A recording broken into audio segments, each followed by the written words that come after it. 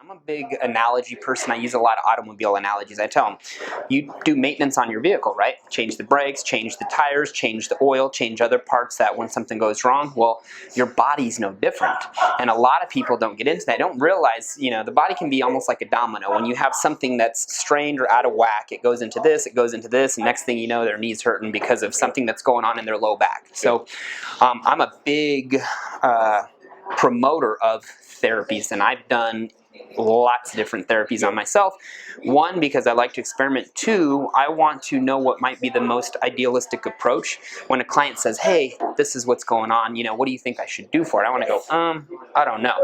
So massage therapy is huge for me. That's one of the first things I recommend. When I have a new client, I tell them, look, within your first month, you're going to need to get a massage. I usually recommend a deep tissue massage, and most people don't understand that when you get a deep tissue massage, you're not supposed to be like this and fighting it the whole time. It's supposed to be productive. You shouldn't have to fight on it. So that's one of the first things I'll recommend, depending on what we run into. I look at, with my clientele, I look at the mechanics of the body. So I'll evaluate them when we start to kind of see where they're at.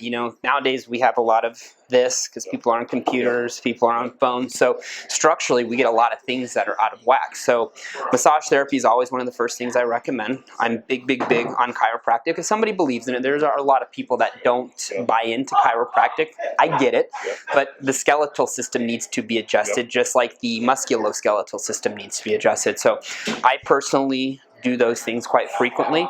I recommend that my clients do it.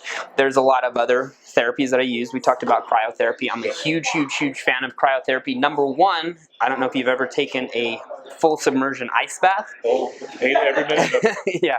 So I used to do those. I do 18 to 20 minute full submersion up to the neck ice baths. Horrendous. When I found out about cryotherapy, that in 2 to 2.5 minutes you could get the same effect without all the other effects after, I was in. So I'm a big fan of cryotherapy, depending on what the situation is. Localized cryotherapy. I'm big into dry needling. I'm big into scraping or the Graston technique. I'm big into cupping. I'm big into IV therapy. I'm big on prolotherapy. I'm big on PRP therapy, depending on what the situation. I've done all of those things, and I'm probably missing some.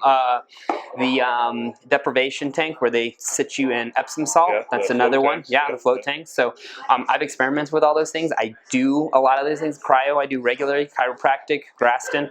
I do all those things because I beat my body up. However, at my age, I'm not that I'm old, but I'm very highly functional for the abuse I've put on my body. And it's the same thing as maintaining a vehicle. You can't take a 40-year-old vehicle, beat the crap out of it, and expect it just to run how it runs. You're going to have to replace things. You're going to have to do different things to keep it working at an optimal level. So I'm big on all those things. The main being chiro, massage, and cryo and the Graston for me. I regularly do those at least once a month, depending on what the situation is. And I kind of do it as I need it. I know my body enough, so for my clients, depending on what they're dealing with, I'll recommend different therapies to them.